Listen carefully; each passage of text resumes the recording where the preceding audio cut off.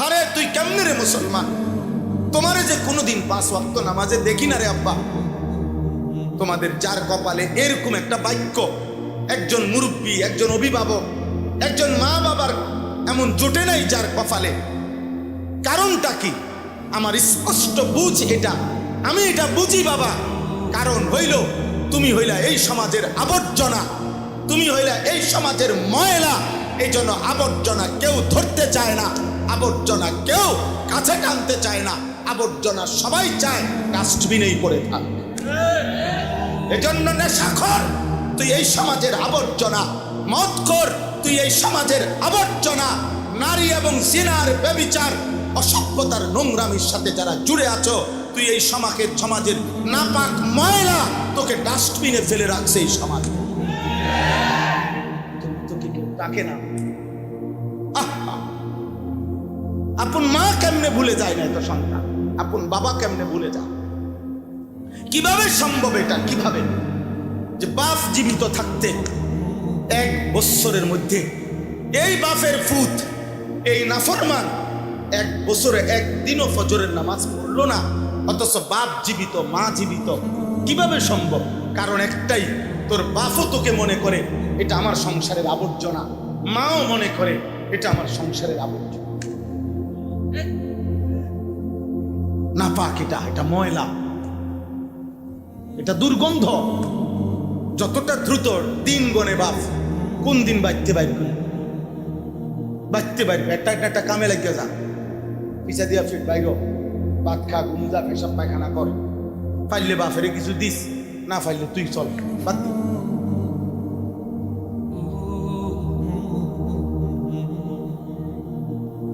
আফসোস। অথচ আমি উদাহরণ বলি, কয়েকটা উদাহরণ বলি আপনারা বুঝবেন। ছেলেরা বা তোমরাও শোনো। একজন নবী যিনি আমাদের পিতা ইব্রাহিম আলাইহিস সালাম, আমরা ওনার নাম জানি কিনা? কথা বলেন না। উনি আমাদের পিতা কিনা? হুয়া সাম্মাকুমুল মুসলিমিন। তাহলে আমাদের মুসলিম জাতির পিতা তিনি। এই ইব্রাহিম আলাইহিস সালামের কয়েকটা উদাহরণ আমি বলি, আপনারা আন্দাজ করবেন, সবাই বুঝবেন, দেখবেন। 1 নাম্বার, ইব্রাহিম আলাইহিস সালামকে আল্লাহ তাআলা জীবনে বারবার পরীক্ষা নিয়েছেন।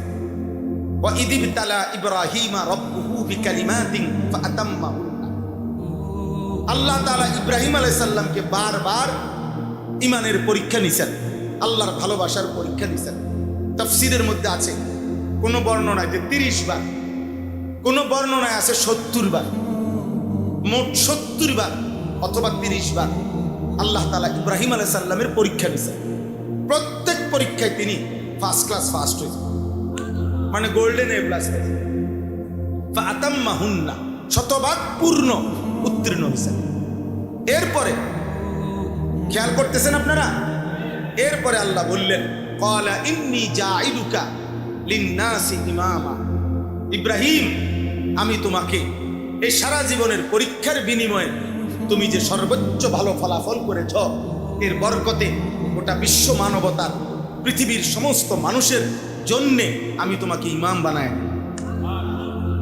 কি বানাইলাম? এ দেখেন, আল্লাহ তো এটা বললেন, সাথে সাথে ইব্রাহিম আলাইহিস সালাম আল্লাহকে বললেন ক্বালা ওয়া মিন যুররিয়াতি। আল্লাহ, আপনি যে আমার ইমামের এই মর্যাদাপূর্ণ পদ দিলেন, ইমাম বানায় দিলেন, আমি আপনার কাছে জানতে চাচ্ছি আমার সন্তানগণ, আমার বংশধরগণ, আমার আওলাদরা, তারাও ইমামের এই পদ পাবে কিনা, ইমামের এই পদ পাবে কিনা। কি লক্ষণীয় কি যে যখন নিজের জন্য আল্লাহ মূল্যায়ন করলেন উনাকে, উনি 1 মিনিটের জন্য সন্তানকে কি করে নাই বলেন, সাথে সাথে জিজ্ঞেস করলেন ক্বালা ওয়া মিন যুররিয়াতি। সন্তানের জন্য ভাবলেন। আল্লাহ বললেন লা ইয়ানালু আহদিস যালিমিন। ইব্রাহিম, হ্যাঁ, তোমার সন্তান বংশধর গণ ইমাম হবে এই শর্তে যে জুলুম করতে পারবে না, পাপ করতে পারবে না। যদি পাপ আর জুলুম থেকে মুক্ত থাকে তাইলে এই পথ তারাও পাবে, নয়তো পাবে না।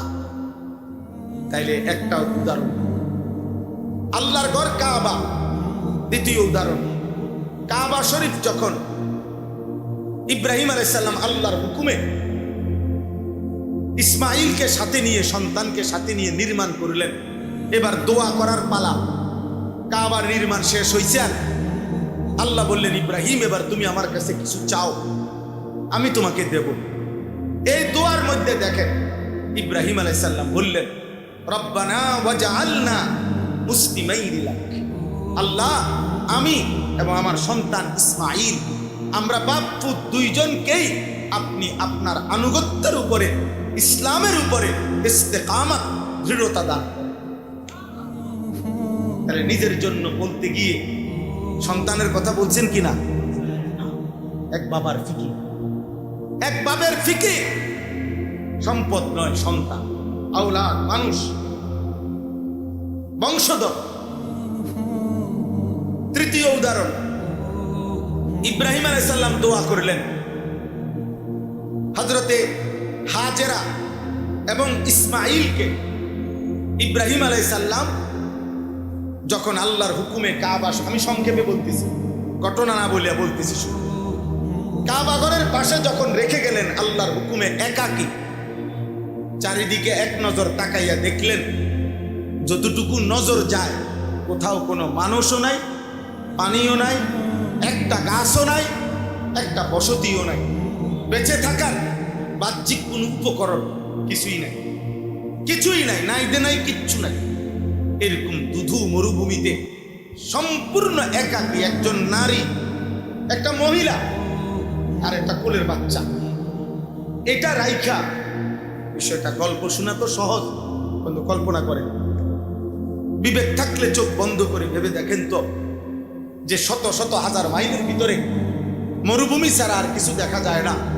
একটা মানুষ, একটা জানোয়ার, একটা পশু, এক ঢোক পানি, এক লোকমা খাবারের ব্যবস্থা নাই, গাছ নাই, পালা নাই, কিচ্ছু নাই।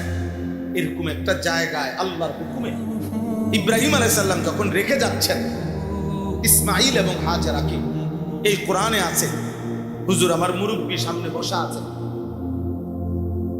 তো দেখেন ইব্রাহিম আলাইহিস সালাম ঠিক ওই মুহূর্তে আল্লাহর কাছে দোয়া করছে।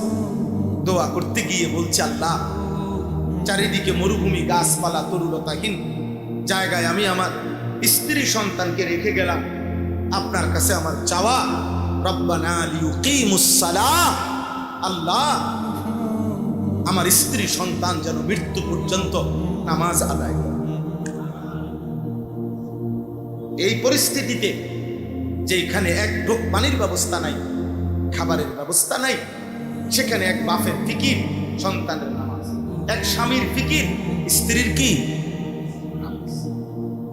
4 নম্বর, ইব্রাহিম আলাইহিস সালাম নিজের সহ যখন মক্কা নগরী পুরাপুরি আবাদ করলেন, তখন ইব্রাহিম আলাইহিস সালাম দোয়া করলেন, মানে নিজে সহ যখন আল্লাহ থাকার অনুমতি দিছে পুরাপুরি, তখন ইব্রাহিম আলাইহিস সালাম দোয়ার মধ্যে এবার বললেন, রব্বি জাআল হাদাল বালাদা আমিনান, আল্লাহ এই নগরী পুরা মক্কাকে আপনি নিরাপদ নগরী বানায় দেন, ওয়াজনুবনি ওয়া বানিয়া আন না'বুদাল আসনাম, আমাকে এবং আমার সন্তানদেরকে মূর্তি পূজা থেকে, পাথরের পূজা থেকে, মূর্তির পূজা থেকে হেফাজত করে। তাহলে এক বাবা এখানেও দেখেন শিরিক থেকে মুক্ত থাকার জন্য, মূর্তি পূজার থেকে বেঁচে থাকার ক্ষেত্রে নিজের জন্য দোয়া করছেন, সন্তানের জন্য কি করছেন? দোয়া করছেন, দোয়া করছেন। 5 নম্বর উদাহরণ শুনেন, ইব্রাহিম আলাইহিস সালাম আল্লাহর কাছে দোয়া করছেন, একজন নবীর উদাহরণই বলতেছি, রব্বি জাআলনি মুকিমাস সালাহ ওয়া মিন যুররিয়াতি, আল্লাহ আপনার কাছে আমার ফরিয়াদ, আপনি আমাকে পূর্ণ নামাজি বানান, ওয়া মিন যুররিয়াতি, এবং আমার সন্তান বংশধরদেরকেও আপনি পূর্ণ নামাজি বানান, পূর্ণ নামাজি বানান। আব্বা তাহলে বলেন, এক বাবার ফিকির সন্তানের জন্য, বংশধরের জন্য, বারবারই যখন বলছে তোমাকে ইমাম বানাইলাম, বংশধরের জন্য চাইছেন। যখন আল্লাহ তাআলা কাছে দোয়া করার সুযোগ হয়েছে, প্রত্যেক দোয়ার মধ্যে সন্তানের ঈমান, সন্তানের নামাজ, সন্তানের শিরিক থেকে মুক্তি, সন্তানের আখিরাত। এক বাবা, ইমানদার বাপ এটাই আল্লাহর কাছে চাইছেন, এটাই আল্লাহর কাছে চাইছেন। আজ আপনাদের কাছে আমার আফসোসের কথা এটাই, আজ আপনাদের লক্ষ লক্ষ বাবা তার সন্তানের ব্যাপারে একটাই ফিকির, হয় বিদেশ নয়তো দেশ, কোনো না কোনো মাধ্যমে যত দ্রুত সম্ভব উপার্জনের, মরার আগে আগে ওনার টার্গেট ছেলেটাকে টাকা পয়সা আয় রোজগারের একটা ব্যবস্থা যদি করে দিয়ে যেতে পারে, ওনার আর মরলে কোনো দুঃখ নাই। মেয়েটার ব্যাপারে ওনার একটাই টার্গেট, যত দ্রুত সম্ভব একটা টাকা পয়সা আছে এরকম একটা ছেলে চাইয়া মেয়েটারে বিয়ে দিয়ে যাইতে পারলে ওনার আর কোনো দুঃখ নাই মরার আগে আগে। তাইলে ওনার ফিকির, আহা বাপ, আপনার ফিকির যদি হয় ছেলের জন্য দুনিয়া, তো ছেলের ফিকির কেমনে হবে আখিরাত? আপনার নিজের ফিকির যদি হয় মেয়ের জন্য দুনিয়া, পয়সাওয়ালা জামাই ছেলে পর্দা থাকুক বা না থাকুক, ছেলে নামাজ পড়ুক বা না পড়ুক, ফোলার বিল্ডিং আছে, তাহলে আপনার মেয়ে পর্দা করবে কেমনে? আপনার মেয়ে নিজের ইজ্জত সতীত্ব পর্দার হেফাজত করবে কেমন? বলে আপনি কি চাইছিলেন? আপনি তো আখিরাত চান নাই, আপনি তো আল্লাহর কাছে বলেন নাই, আখিরাতের কোনো প্রস্তুতি তো নেন নাই আপনি। আমি আপনাদের কাছে দেরি করব না, অনেক রাত হয়েছে, আমি খুব দ্রুতই শেষ করে দিচ্ছি। আমি মনে করাই দিলাম, ইব্রাহিম আলাইহিস সালামকে আল্লাহ তাআলা 5টা বলছি উদাহরণ, মোট 7টা উদাহরণ দেওয়া।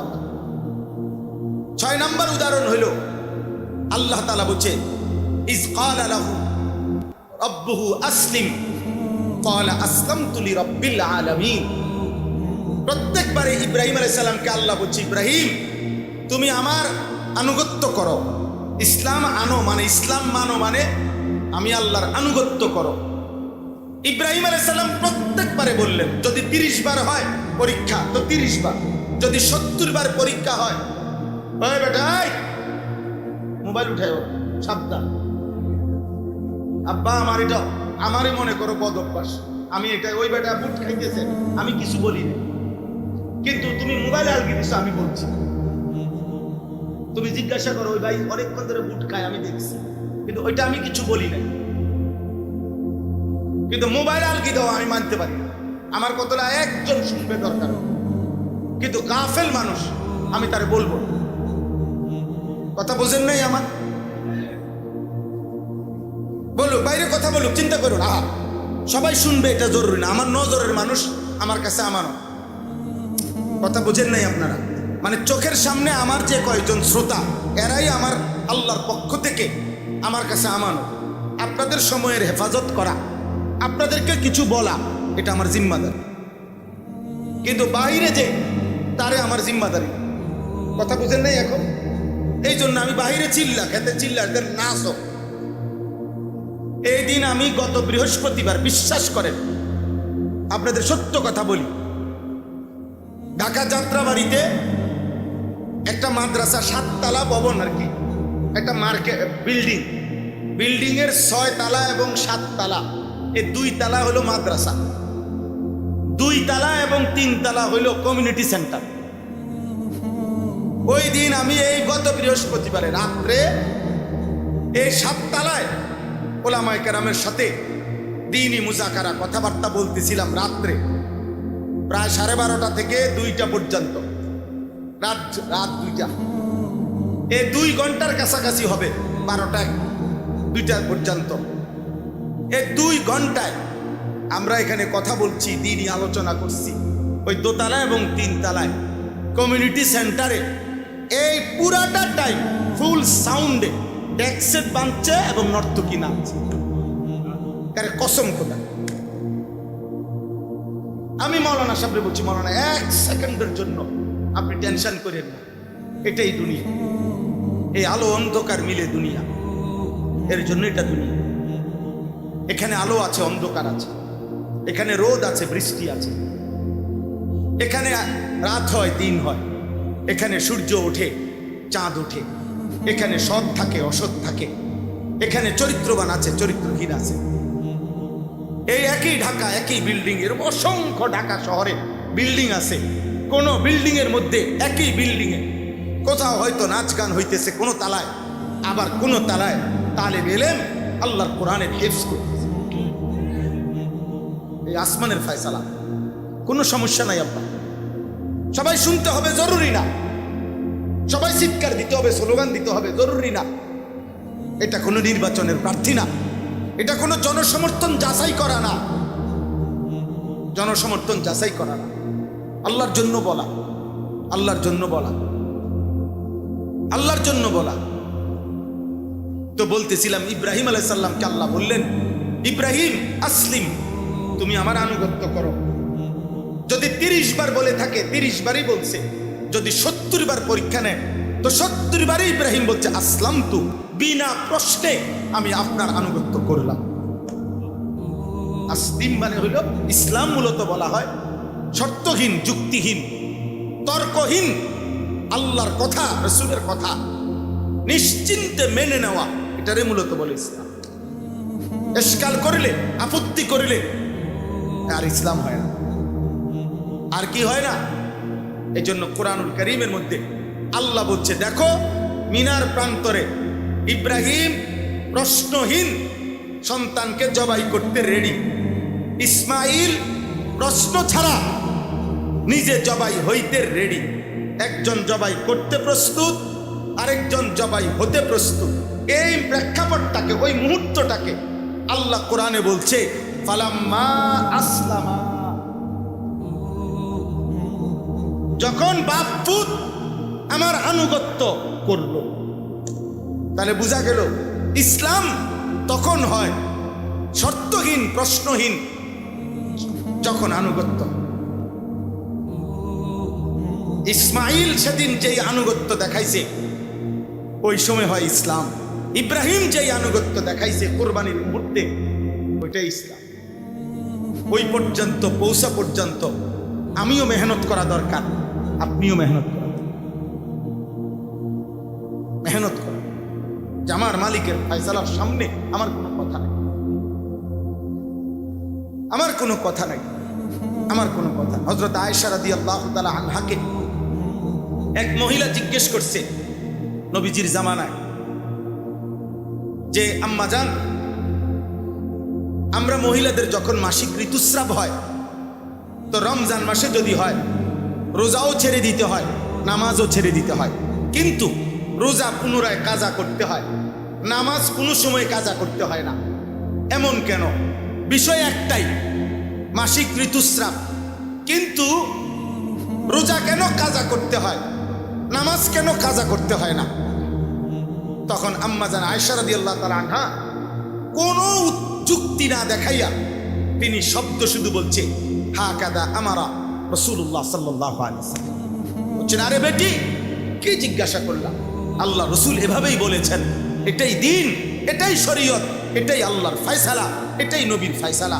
এখানে তোমার যুক্তি তালাশ করা, প্রশ্ন উত্থাপন করার কোনো দরকার নেই। এটা দিন, এটা ইসলাম। তো আমার বলার উদ্দেশ্য হলো, ইব্রাহিম আলাইহিস সালাম যখন বললেন আসলাম তু, আল্লাহ আমি আপনার নিঃশর্ত আনুগত্য করলাম, তো এরপরে পরীক্ষা শেষ, আনুগত্যের পরীক্ষায় উত্তীর্ণ, ইসলামের পরীক্ষায়, প্রতিবারের পরীক্ষায়। তো এরপরের আয়াতই হলো ওয়াসা বিহা ইব্রাহিম বানিহি ওয়া ইয়াকুব। আল্লাহ বলেন, আমার ইব্রাহিম এবং আমার ইব্রাহিমের পরবর্তী বংশধর ইয়াকুব, তারা উভয়ই তাদের সন্তানদেরকেও এই একই ওসিয়ত মৃত্যুর পূর্বে করে গেলেন, ইয়া বানিয়া ইন্নাল্লাহ আস্তাফা লাকুমুদ্দিন, আল্লাহর পক্ষ থেকে মনোনীত দিন আল্লাহ তোমাদের জন্য নির্বাচিত করেছেন। হে আমার সন্তানগণ, ফালা তামুতুন্না ইল্লা ওয়া আনতুম মুসলিমুন, তোমরাও মৃত্যু পর্যন্ত আল্লাহর আনুগত্য চূড়ান্ত করা ছাড়া মৃত্যুবরণ করো না, কবরে যাইও না। ফালা তামুতুন। এজন্য বাবা কিংবা ছেলে, মা কিংবা মেয়ে, প্রত্যেকের জীবনে এই ব্যক্তি এবং পরিবার, এতটুকুর মধ্যে আমাদের ঈমান ইসলামের চর্চা, ফিকির, চেষ্টা, খোদার কসম, এটা আমাদের দায়িত্ব।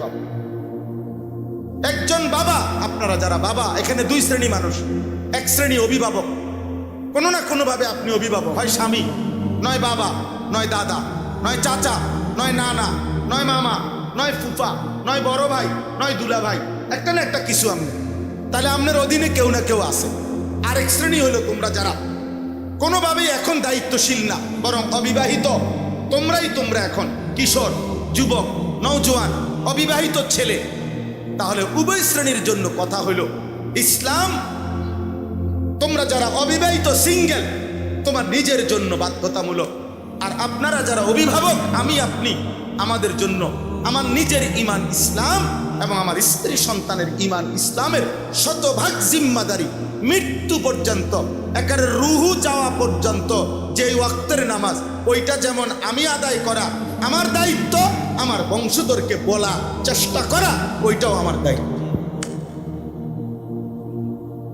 এই জন্য নবী সাল্লাল্লাহু আলাইহি সাল্লাম শেষ ওয়াক্ত নামাজও আদায় করছেন, আর জোহরের ওয়াক্ত হয় নাই, ফজরের নামাজ আদায় করে জোহরের ওয়াক্ত হওয়ার পূর্ব মুহূর্তে আল্লাহ নবী সাল্লাল্লাহু আলাইহি সাল্লাম ইন্তেকাল করছেন।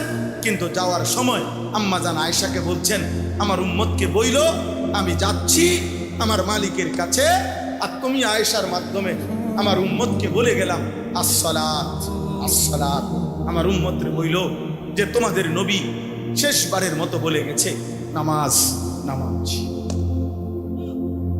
শেষবারের মতো। যদি ভালোবাসো কাউকে, নবীকে, তাহলে আখিরি ওসিয়ত নবী, ভুলো না নামাজ, নামাজ ভুলো না। এই জন্য বাবা এটা জিম্মাদারি, এটা জিম্মাদারি। আপনাদের কাছে যে আয়াত দুইটা পড়ছি, এই দুইটা আয়াতের মূল মাকসাদ এটাই। এক নাম্বার হলো, একজন মুমিন হিসাবে আমরা কোনোভাবেই কোনো গুনাহ পাপ করা আমাদের জন্য সমীচীন না। গুনার বদলায় পাপ করলে না দুনিয়াতে কোনো কিছু পাবেন, না আখেরাতে কিছু পাবেন। এই হলো প্রথম কথা। গুনাহের কারণে দুনিয়াও কিছু মিলে না, দুনিয়াও কিছু মিলে না। গুনাহের কারণে আখেরাত, ওয়া ইন্নাল ফুজুরা ইয়াহদি ইলান নার। আল্লাহ নবী সাল্লাল্লাহু আলাইহি সাল্লাম হাদিসে বলছেন, গুনাহ আর পাপ যদি তওবা না করে, যদি ছেড়ে না দেয়, যদি ফিরে না আসে গুনাহ থেকে, আর আল্লাহ যদি মাফ না করে, আল্লাহর কসম নবী বলছে প্রত্যেক গুনার ঠিকানা, গন্তব্য জাহান্নাম। প্রত্যেক গুনার গন্তব্য কি? জাহান্নাম, জাহান্নাম, জাহান্নাম, জাহান্নাম। এই জন্য মনে রাখবেন হারামের মাধ্যমেও কেউর উপার্জন বাড়ে না, বরং উপার্জন প্রত্যেকের খোদার কসম ওইটুকুই হয় যেইটুকু আসমান জমিন সৃষ্টির 50,000 বছর আগে আল্লাহ তাআলা বান্দার জন্য লৌহে মাহফুজে তাকদীরের মধ্যে লিখে রাখছে।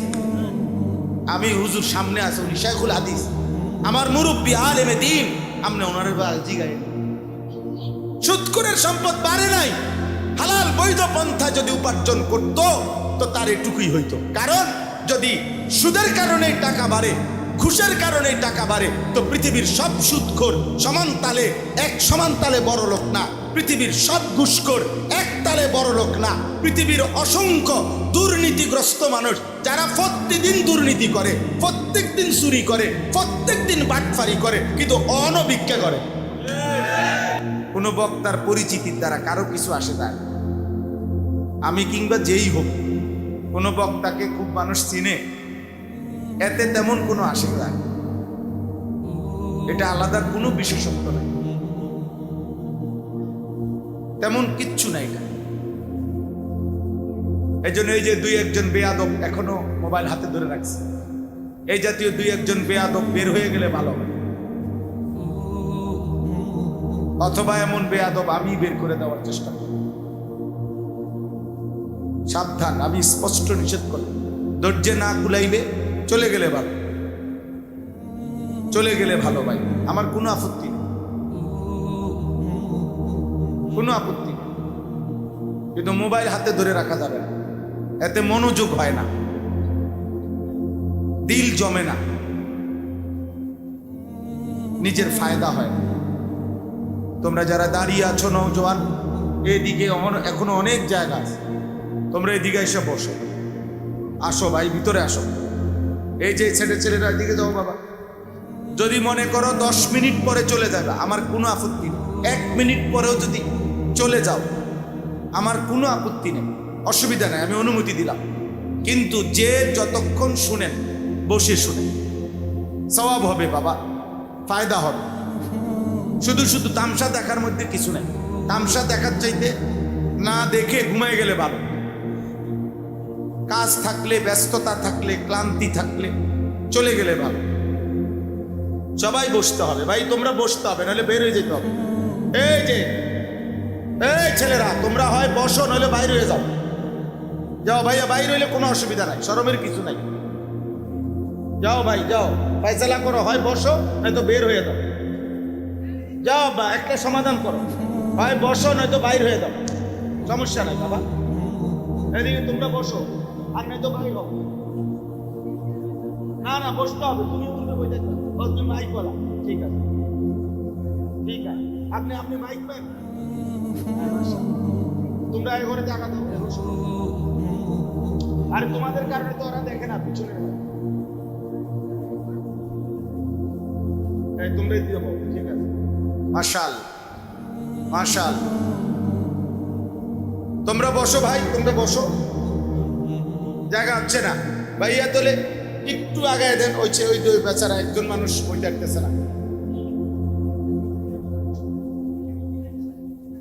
আলহামদুলিল্লাহ আলহামদুলিল্লাহ। কথা বলেন না, চুপ থাকেন, সবাই চুপ করেন, সবাই চুপ করেন আব্বা, সবাই চুপ করেন, আমি বললাম চুপ করেন।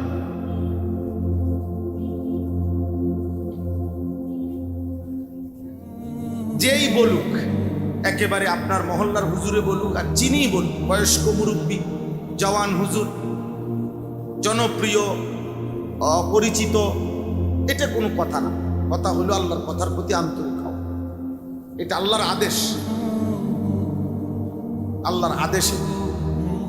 ফাসতামিউ লাহু ওয়া আনসিতু। আমার কোরআন যখন পড়া হয় আল্লাহ বলছে তোমরা মনোযোগ দিয়ে শোনো এবং চুপ থাকো, এটা আল্লাহর আদেশ। অতএব সেটা যদি একটা ছোট বাচ্চাও পড়ে, আল্লাহর কথার প্রতি মনোযোগ দেওয়া, চুপ থাকা, চাই সেটা মক্তবের বাচ্চা হোক, এটা জরুরি, এটা আল্লাহর আদেশ, আল্লাহর আদেশ। এজন্য দোস্ত আমি অনুরোধ করলাম, সবাই মিলে আমরা মনোযোগ দিলে ভালো হবে। আল্লাহ আমাদেরকে তৌফিক দান করে। স্বেচ্ছাসেবক ভাই, মাহফিলের ইন্তেজামের সাথে যারা জুড়ে আছো, তোমরাও কষ্ট করে সাথীদেরকে, ছেলেদেরকে বসাইবার চেষ্টা করো, বুঝাইয়া বলো যে ভাই হুজুরে বসতে বলছে, আমার নাম দিয়েই বলেন, বসাইতে চেষ্টা করো। বসা এটা আল্লাহর কথা শুনবার ক্ষেত্রে আদব। হযরত জিবরাইল আলাইহিস সালাম যখনই রাসূলুল্লাহ সাল্লাল্লাহু আলাইহি সাল্লামের কাছে আসতেন মানুষের আকৃতিতে, হাদিসে স্পষ্ট আছে, এসে আদবের সাথে নবী সাল্লাল্লাহু আলাইহি সাল্লামের সামনে বসতেন। বলছে যে ওই বেয়াদব বাইর করে দাও, এই যে বেয়াদব, মাথা নামাচ্ছ কেন, বাইর হও বেটা, বাইর হও, আব্বা মাথা নামায়ও না, তোমার মতো ফালতু ছেলে চলে গেলে ভালো আব্বা।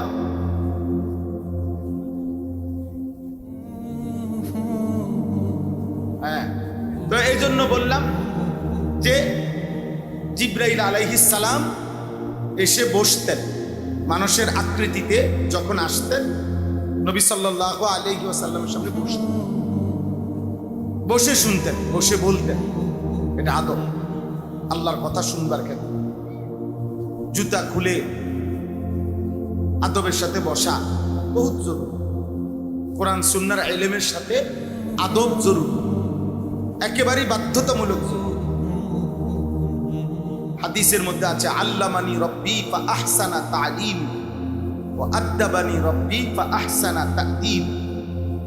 নবীজি বলেন সাল্লাল্লাহু আলাইহি ওয়াসাল্লাম, আল্লাহ তাআলা আমাকে, নিজে আল্লাহ সর্বোত্তম ইলম শিখিয়েছেন এবং আল্লাহই আমাকে সর্বোত্তম আদব শিখিয়েছেন। তাহলে আল্লাহ নবী সাল্লাল্লাহু আলাইহি সাল্লামকে ইলমও শিখাইছেন, আবার আল্লাহ নবী সাল্লাল্লাহু আলাইহি সাল্লামকে আদবও শিখাইছেন, উভয়টাই শিখাইছেন। এই জন্য এটা জরুরি আমাদের জন্য। এই যে নামাজ দাঁড়াবে কিভাবে, রুকু দিবে কিভাবে, সেজদা দিবে কিভাবে, নামাজের মধ্যে রুকুতে হাতগুলো রাখবে কিভাবে, সেজদাতে হাতের আঙ্গুল কিভাবে থাকবে, এই সব কিছু জিব্রাইল আল্লাহর পক্ষ থেকে 2 দিন 5 ওয়াক্ত করে 10 ওয়াক্ত নামাজ নবী সাল্লাল্লাহু আলাইহি সাল্লামকে পিছনে দাঁড় করিয়ে জিব্রাইল ইমাম হয়ে মেরাজ থেকে আসার পরে 2 দিন দেখাইছে। এরপরে নবীজি সাল্লাল্লাহু আলাইহি সাল্লামকে বলছেন যে এখন থেকে আমি আপনাকে যেভাবে দেখাইলাম এভাবেই আপনি আপনার উম্মতের ইমানদারদেরকে নিয়ে নামাজ আদায় করুন। নবী সাল্লাল্লাহু আলাইহি সাল্লাম এরপরে মিম্বরে দাঁড়াইয়া 2 দিন পরে তিনি এবার সাহাবাদেরকে দেখাইছেন, সাহাবাদের দিকে ফিরে। এরপরে তিনি বলছেন এবার তোমরা আমাকে যেভাবে দেখছো সাল্লু কামা রাআইতুমুনি উসাল্লি, এবার তোমরাও এভাবে নামাজ পড়ো। এজন্য দাঁড়ানো, উপর হওয়া, হাতের আঙ্গুল, পায়ের আঙ্গুল, চোখের নজর, দৃষ্টি সবকিছু ইসলামে নিয়ন্ত্রিত। ইসলামে নিয়ন্ত্রিত বাহ্যিক অঙ্গ প্রত্যঙ্গের ব্যাপারেও ইসলামে সুনির্দিষ্ট দিক নির্দেশনা আছে, আভ্যন্তরীণ বিষয়েও ইসলামে সুনির্দিষ্ট দিক নির্দেশনা আছে। 1 গ্লাস পানি পান করতে নবী সাল্লাল্লাহু আলাইহি সাল্লাম পানির পাত্রে নিঃশ্বাস ফেলতেন না, আবার কমপক্ষে 3 ঢোকে মানে 3 নিঃশ্বাসে পানি পান করতেন। তাহলে নিঃশ্বাস কোথায় ফেলেন এটার মধ্যে নবীর সুন্নাত, কয়বার ফেলছেন নিঃশ্বাস এটাও নবীর সুন্নাত। তাহলে ইসলাম আমাদের নবী সাল্লাল্লাহু আলাইহি সাল্লাম উম্মতের নিঃশ্বাসটা পর্যন্ত ঠিক করে দিয়েছেন।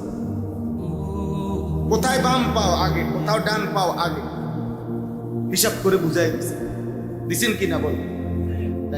রুকুতে আঙ্গুল রাখতে হয় ছড়াইয়া, সেজদাতে আঙ্গুল রাখতে হয় মিলাইয়া। এটার কি আছে একভাবে রাখলেই তো না, এটাই আল্লাহর হুকুম, নিয়ন্ত্রণ করে দিয়েছে। তাহলে সবকিছু ইসলামের মধ্যে আল্লাহ নিয়ন্ত্রিত। ইসলাম সুন্দর, ইসলাম পবিত্র, ইসলাম সুশৃঙ্খল, ইসলাম চমৎকার।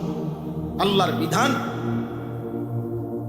সামঞ্জস্যপূর্ণ, এতেদাল, ভারসাম্য, শরীর, স্বাস্থ্য, মন, মেজাজ, পরিবেশ, পরিস্থিতি, পারিপার্শ্বিকতা, প্রেক্ষাপট, অবস্থা, যুগ চাহিদা, সামাজিক বিষয় সব কিছুতে ইসলামের যাবতীয় বিধান সামঞ্জস্যপূর্ণ, ইনসাফপূর্ণ, ভারসাম্যপূর্ণ। এই জন্য এটা জরুরি।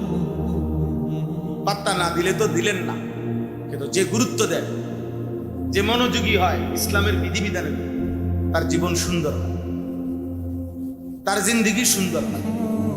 ইসলামের যাবতীয় বিষয় আসে কেউ যখন নিজের মধ্যে গ্রহণ করে তার জীবন সুন্দর। আল্লাহ আমাদেরকে মানার তৌফিক দান, বুঝার তৌফিক দান। আলহামদুলিল্লাহ আলহামদুলিল্লাহ নাহমাদুহু ওয়া নাস্তাঈনুহু ওয়া নাস্তাগফিরুহু ওয়া নু'মিনু বিহি ওয়া নাতাওয়াক্কালু আলাইহি ওয়া নাউযু বিল্লাহি মিন শুরুরি আনফুসিনা ওয়া মিন সাইয়্যাতি আ'মালিনা মান ইয়াহদিহিল্লাহু ফালা মুদিল্লা লাহু ومن يضلله فلا هادي له ونشهد أن لا إله إلا الله وحده لا شريك له ونشهد أن سيدنا وحبيبنا ومولانا محمدا عبده ورسوله أما بعد فأعوذ بالله من الشيطان الرجيم بسم الله الرحمن الرحيم من كان يريد الحياة الدنيا وزينتها وزينتها نوفي إليهم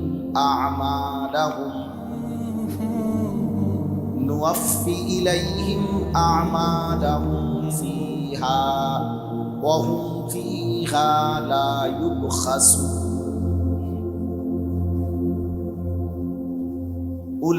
أولئك الذين ليس لهم في الآخرة إلا النار وحبط ما صنعوا فيها وباطل ما كانوا يعملون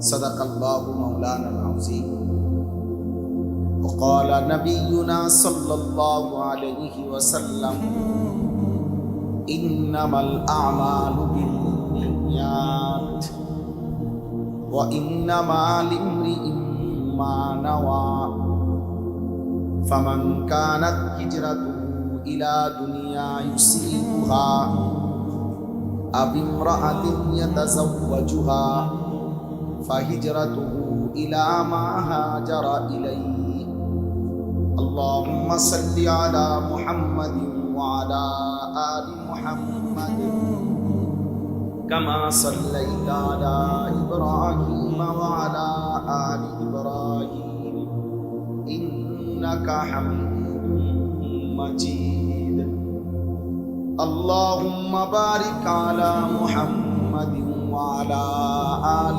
محمد كما باركت على إبراهيم وعلى آل إبراهيم إنك حميد مجيد سبحانك لا علم لنا إلا ما علمتنا إنك أنت العليم الحكيم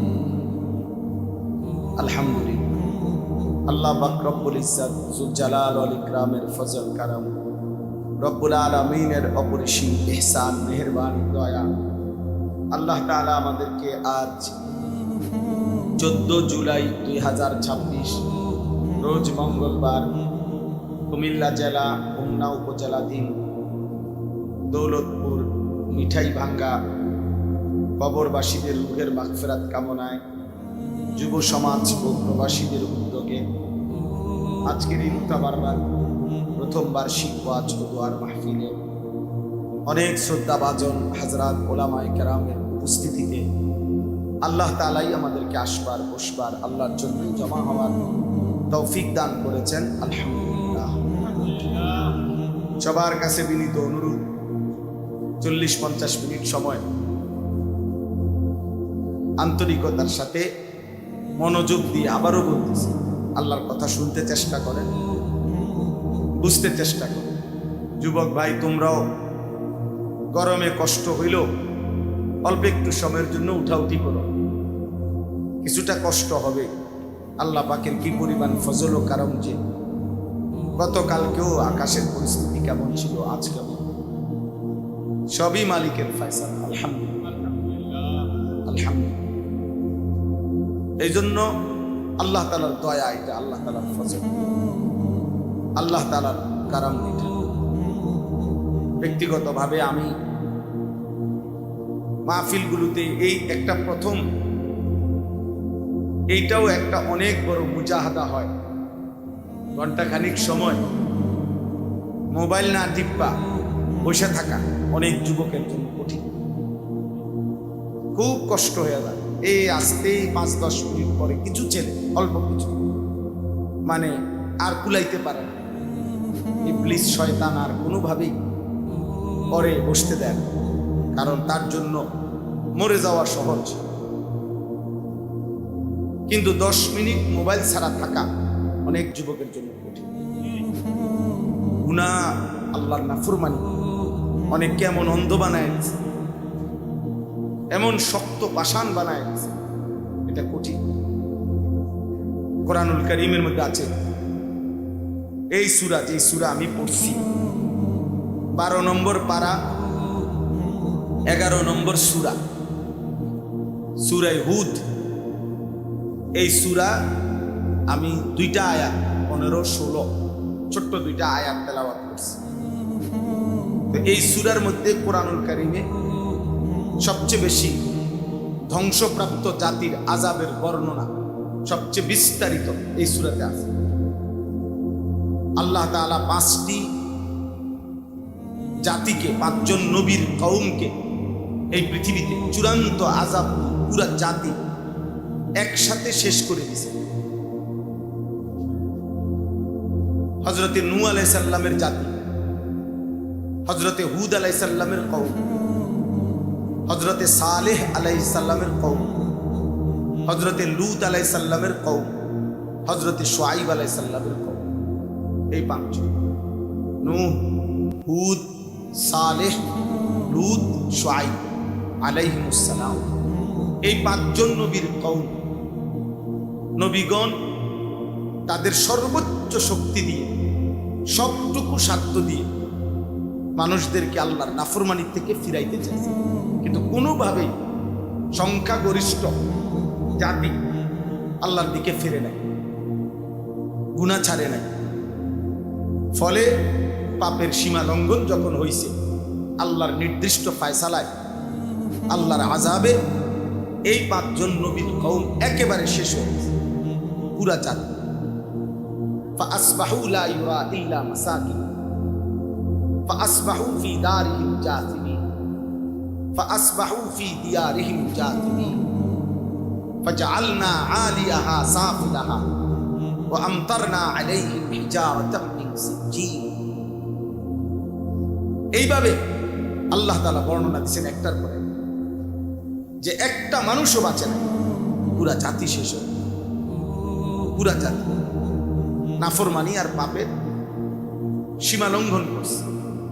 ওইখানে আছে বারবার আল্লাহ তাআলা ওই জাতির নাফরমানি এবং আল্লাহর আযাবের পরে কথা যখন শেষ করছে এক একটা কওমে, তো আল্লাহ তাআলা বারবারই বলছে, কোথাও বলছে ইন্নাহুম কানু কওমান আমিন, বন্ধু আসলে মূলত এরা গুনাহ আর নাফরমানিতে অন্ধ হয়ে গেছে। কোথাও বলছে নবী, হে আমার জাতি, ওয়া নাসাহতু লাকুম ওয়ালাকিন লা তুহিব্বুনান নাসিহিন, আহা আমি তোমাদেরকে আল্লাহর আযাব আসার পূর্ব পর্যন্ত কত না উপদেশ দিয়েছি, কিন্তু আসলে বাস্তব কথা হলো কোনোভাবেই তোমরা উপদেশ নসিহত পছন্দ করছো না। তোমাদের কাছে কোনোদিনই আল্লাহর কথা, উপদেশ, নসিহত গুলো ভালো লাগে না। ফলে আজ তোমরা ধ্বংস হয়ে গেল। আল্লাহ বলছে লাআমরুকা ইন্নাহুম লাফি সাকরাতিহিম ইয়ামাহুন, বন্ধু আপনার কসম, নবীজিকে বলছে যে বন্ধু আপনার কসম দিয়া বলতেছে, আপনার জিন্দেগীর কসম, এই নাফরমানগুলো গুনাহ আর নাফরমানির মাতলামিতে অন্ধ হয়ে আছে, মাতাল হয়ে গেছে গুনাহ এবং অন্ধ হয়ে আছে। লাফি সাকরাতিহিম ইয়ামাহুন, নাফরমানির মাতলামিতে এই পরিমাণ উল্লাস, এই পরিমাণ অসভ্যতা, এই পরিমাণ অশ্লীলতার বেহায়াপনা, এই পরিমাণ নোংরামি, যে যেন মাতাল হয়ে গেছে, যেন হুঁশ নাই, যেন অন্ধ হয়ে আছে। এইভাবে বারবার আব্বা, আমি একটা ছেলেকেও বললাম, এমন যেন দুর্ভাগ্য না হয় রে আব্বা, 1 বছরেও কোনো দিন, আমি প্রত্যেক দিন এটা একবার হলেও বলি, আমার এ কথা 365 দিনে আল্লাহর একটি বছরে একদিনও ফজরের নামাজ একদিনও পড়তে পারলা না, এমন দুর্ভাগা, এমন বদনসিব, এমন হাইওয়ান, এমন জানোয়ার কেমনে হবে? মুসলমানের ঘরে এমন নিকৃষ্ট সন্তান কেমনে হবে? এমন নিকৃষ্ট জানোয়ার বলে 365 দিনে একদিনও, 1 বছরে কপালে একটা সেজদা জুটে নাই ফজরের। জি 60 বছর একটা হায়াত পার করে ফেললো, একটা লাইন কোরআন শরীফের একটা পৃষ্ঠা শুদ্ধ করে পড়তে পারলেন না, এমন বদনসিব হায়াত কেন? এমন একটা লম্বা হায়াত শেষ করে ফেললেন চাচা। এত লম্বা বয়স শেষ করলেন, 60 বছর 50 বছরে আল্লাহর কোরআনের একটা পৃষ্ঠা দেখে দেখেও শুদ্ধ করতে পারেন না, এমন দুর্ভাগা জীবন শেষ কইরা কবরে যাচ্ছেন। কি নিয়ে যাচ্ছেন? কি নিয়ে যাচ্ছেন বলেন? এই জন্য বললাম, আল্লাহ তাআলা বলছেন, নবীগণ বলছেন, আহা হে আমার জাতি, কোনোভাবেই তোমাদেরকে নসিহত পছন্দ করাইতে পারলাম না। ওয়ালাকিন লা তুহিব্বুনান নাসিহিন। উপদেশদাতাদেরকে তোমরা কোনোভাবেই ভালোবাসলা না, পছন্দ করলা না, যে তোমাদেরকে জাহান্নাম থেকে ফিরাইতে চায়, আল্লাহর দিকে ফিরাইতে চায়, কোনোভাবেই তার কথা পাত্তা দিলা না। এই জন্য দোস্ত, বাবা, ভাই আমার, বন্ধু আমার, এটা জরুরি বিষয়। কলিজা যেন এমন না হয়, হৃদয় যেন এমন শক্ত পাষাণ পাথর না হয় যে কোনোভাবেই দিল নড়ে না, সামান্যতম বিবেক নড়ে না, এমন পাষাণ হয়েও না আল্লাহ ভাই। এ পরিমাণ গুনাহ করো না যে দিল আর কোনোদিন তোমার আখিরাত মনে করায় না, আর কোনোদিন কবর মনে করায় না।